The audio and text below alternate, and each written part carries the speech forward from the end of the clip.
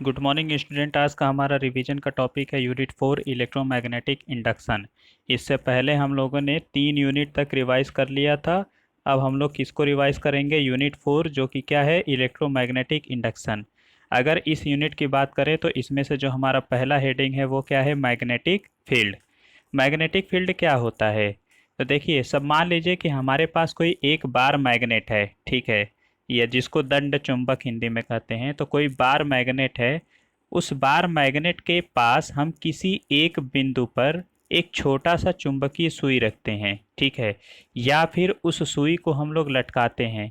तो वह सुई क्या होता है कि एक निश्चित दिशा में आकर के रुक जाता है, ठीक है। यदि हम सुई को किसी अन्य बिंदु पर रख दें तो वह किसी अन्य निश्चित दिशा में स्थिर होती है। तो इसका क्या मतलब होता है? तो इसका मतलब यह होता है कि जो हमारा बार मैग्नेट है, जो हमारा दंड चुंबक है, उस बार मैग्नेट के आसपास चुंबकीय सुई पर एक बल आघूर्ण आरोपित होता है, लगता है, जो सुई को क्या करता है? एक निश्चित दिशा में ले आता है, ठीक। तो हम कह सकते हैं कि किसी चुंबक के चारों ओर का वह क्षेत्र जिसमें किसी सुई पर एक बल आघूर्ण आरोपित होता है, जिसके कारण वह घूमकर एक निश्चित दिशा में ठहरती है, उसे हम क्या कहेंगे? चुंबकीय क्षेत्र कहते हैं, ठीक है। और इस क्षेत्र के किसी बिंदु पर स्वतंत्रता पूर्वक लटकी एक छोटी चुंबकीय सुई के दक्षिणी ध्रुव से उत्तरी ध्रुव की ओर खींची गई रेखा की दिशा उस बिंदु पर चुंबकीय क्षेत्र की दिशा कहलाती है।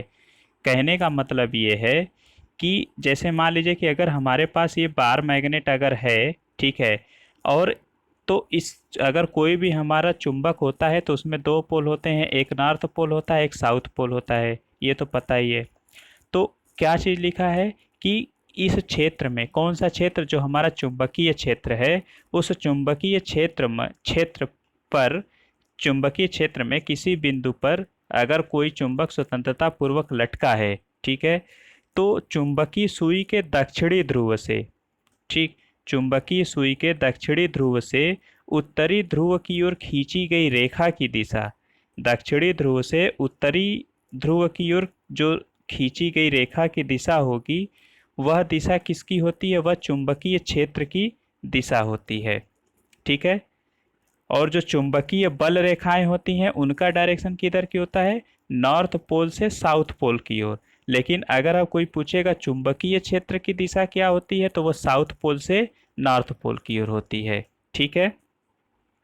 तो हम क्या कह सकते हैं कि जो हमारा चुंबकीय क्षेत्र है, चुंबकीय क्षेत्र की परिभाषा क्या होगी कि किसी चुंबक के चारों ओर का वह क्षेत्र जिसमें किसी चुंबकीय पदार्थ पर एक बलाघूर्ण आरोपित होता है, जिसके कारण वह घूमकर एक निश्चित दिशा में ठहरती है, उसे हम लोग क्या कहेंगे? चुंबकीय क्षेत्र कहेंगे। या फिर इसको हम दूसरे शब्दों में कह सकते हैं कि चुंबक के चारों ओर का वह क्षेत्र जिसमें चुंबकीय प्रभाव या बल का अनुभव होता है, उसे हम चुंबक का चुंबकीय क्षेत्र कहते हैं, ठीक है। क्या चीज़? कि चुंबक के चारों ओर का वह क्षेत्र जिसमें चुंबकीय प्रभाव या बल का अनुभव होता है, उसे हम क्या कहेंगे? चुंबकीय क्षेत्र कहेंगे, ठीक।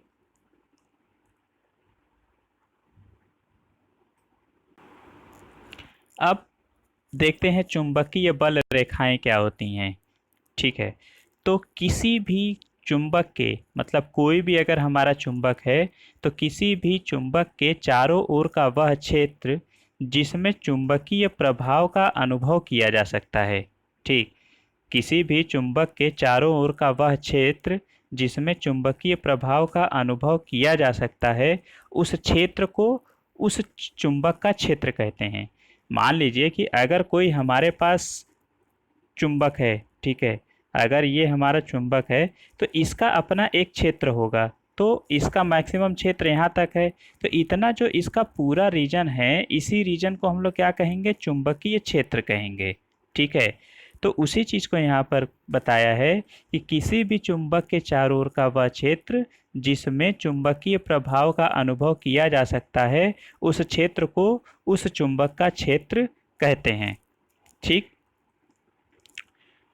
और जब किसी चुंबकीय क्षेत्र में एकांक उत्तरी ध्रुव को रखा जाए, मतलब नॉर्थ पोल को रखा जाए, तो इस एकांक ध्रुव यानी यूनिट पोल पर एक बल कार्य करता है और इस बल के कारण यह ध्रुव गति करता है। मतलब जो पोल होता है वह क्या करता है, गति करता है। और गति करने के लिए जिस पथ का जो पथ फॉलो करता है, इस पर अगर हम काल्पनिक रेखाएं खींचें तो वह एक वक्र के रूप में प्राप्त होता है। और इसी वक्र को, मतलब जो इस यही जो हमारा कर्व है, इसी को हम चुंबकीय क्षेत्र रेखाएं यानी मैग्नेटिक लाइंस ऑफ फोर्स कहते हैं। तो हम इसको क्या कह सकते हैं कि किसी चुंबकीय क्षेत्र को प्रदर्शित करने वाली काल्पनिक रेखा को चुंबकीय बल रेखा कहते हैं। और ये लाइन चुंबकीय सुई के द्वारा दर्शाई गई दिशा के अनुसार उसके मार्ग को प्रदर्शित करता है। ठीक, तो अगर हम चुंबकीय, मतलब जो हमारा चुंबकीय बल रेखा है, मैग्नेटिक फील्ड ऑफ लाइंस है, तो यह उत्तरी ध्रुव से निकल करके दक्षिणी ध्रुव की ओर जाती है। यानी अगर हम हवा में बात करें तो हवा में उत्तरी ध्रुव से दक्षिणी ध्रुव की ओर जाती है, और चुंबक के अंदर यानी मैग्नेट के अंदर इसका जो डायरेक्शन होता है वह साउथ पोल से नॉर्थ पोल की ओर होता है। ठीक है, अब जो हमारा नेक्स्ट है उसका गुण। तो अगर हम कहें चुंबकीय क्षेत्र, चुंबकीय बल रेखा यानी मैग्नेटिक फील्ड लाइंस की जो प्रॉपर्टी होती है, उसके क्या क्या प्रॉपर्टी है, तो जिसमें से हमारा पहला है चुंबकीय बल रेखाएं चुंबक के उत्तरी ध्रुव से आरंभ होकर, यानी चुंबक के उत्तरी ध्रुव से निकलती हैं, नॉर्थ पोल से निकलती हैं और दक्षिणी ध्रुव पर जाकर मिलती हैं। यानी नॉर्थ पोल से साउथ पोल की ओर मैग्नेटिक लाइंस का डायरेक्शन होता है। दूसरी प्रॉपर्टी ये है कि चुंबकीय बल रेखाएं एक दूसरे को कभी नहीं काटेंगी। ठीक, यानी और दूसरा बात ये होता है कि जो चुंबकीय बल है, चुंबकीय बल रेखा है, उसका जो डायरेक्शन होता है वह एक कर्व के रूप में होता है। ठीक है, वह एक लूप के रूप में होंगी, वो एक बंद पाथ को फॉलो करेंगी। ठीक है, तो इसमें क्या होता है कि जो प्रॉपर्टी देखा है, पहला क्या चीज़ है कि उत्तरी ध्रुव से निकल करके दक्षिणी ध्रुव तक जाएंगी। कब? मैग्नेट के बाहर। और मैग्नेट के अंदर क्या होगा, इनका जो डायरेक्शन होगा वह साउथ पोल से यानी दक्षिणी ध्रुव से नॉर्थ पोल यानी उत्तरी ध्रुव तक होता है। दूसरी प्रॉपर्टी है कि जो हमारा चुंबकीय बल रेखा है, यह एक दूसरे को क्या करेंगे, कभी इंटरसेक्ट नहीं करती, यानी कभी एक दूसरे को काटेंगी नहीं। ठीक, और तीसरा क्या है, यह क्लोज्ड कर्व यानी बंद वक्र के रूप में होती हैं। ठीक है, अब हमारा जो नेक्स्ट हेडिंग है ये इम्पोर्टेंट है। ठीक है, क्या है कि कोई विद्युत धारा के प्रवाह द्वारा उत्पादित विद्युत चुंबकीय क्षेत्र की अवधारणा। ठीक, यानी जो हमारा उस कोई चुंबकीय क्षेत्र है तो उसमें अगर हम विद्युत धारा प्रवाह, कोई अगर किसी कंडक्टर में अगर विद्युत धारा प्रवाहित हो रहा है तो उससे मैग्नेटिक फील्ड निकलेगा, कैसे होगा, तो उसके बारे में हम लोग पढ़ेंगे। ठीक है, तो देखिए क्या है कि वैद्युत धारा के प्रवाह के कारण उत्पादित विद्युत चुंबकीय क्षेत्र में विद्युत धारावाही चालक दो प्रकार के हो सकते हैं। पहला क्या चीज़ है कि सीधे चालक से विद्युत धारा प्रवाहित होने के कारण उससे उत्पन्न क्षेत्र। ठीक, तो यहाँ पर क्या है कि मान लीजिए कि अगर ये हमारा कोई कंडक्टर है ना, इस कंडक्टर को हमने क्या किया कि एक वायर के थ्रू एक बैटरी से कनेक्ट कर दिया। तो जब हम इस स्विच को क्लोज करेंगे तो इसमें से क्या होगा, करंट फ्लो करेगा। तो जब करंट फ्लो करता है तो इसके चारों तरफ एक मैग्नेटिक फील्ड लाइन स्थापित हो जाती हैं। तो क्या होता है कि जब किसी चालक से विद्युत धारा प्रवाहित की जाती है तो यह चुंबकीय प्रभाव उत्पन्न करता है। ठीक, जब कोई कंडक्टर है, उस कंडक्टर से अगर हम विद्युत धारा प्रवाहित करें तो यह क्या करेगा, चुंबकीय प्रभाव उत्पन्न करता है। और विद्युत धारा प्रवाहित होने से सीधे चालक के चारों ओर चुंबकीय क्षेत्र की रेखाएं जो होती हैं वह संकेंद्रीय वृत्त के रूप में बनता है। संकेंद्रीय वृत्त का मतलब क्या चीज़ होता है, जैसे अगर एक सेंटर है तो दो या दो से ज़्यादा वृत्त बनेंगे, लेकिन उनका जो सेंटर होता है वो क्या होगा, वो एक ही होगा। इस वृत्त के लिए भी इसका सेंटर यही है, इस सर्किल के लिए भी इसका सेंटर यही है, इस सब वृत्त के लिए भी इसका सेंटर यही है, और इस सर्किल के लिए भी इसका सेंटर यही है। तो इस टाइप का जो सर्किल होता है उसको हम क्या कहेंगे, कॉन्सेंट्रिक सर्किल या संकेंद्रीय वृत्त। तो उसी प्रकार का जो होता है चुंबकीय क्षेत्र भी बनता है। अच्छा, इसकी एक प्रॉपर्टी ये होती है कि यह उसके केंद्र पर सघन होता है, और जैसे जैसे सेंटर के दूर पर, मतलब इस पे सेंटर के पास बहुत पास पास में रहेगा, लेकिन जैसे जैसे ये सेंटर से दूर होता चला जाता है, इस इनके बीच की जो गैपिंग होती है वो क्या होती है, बढ़ती जाती है।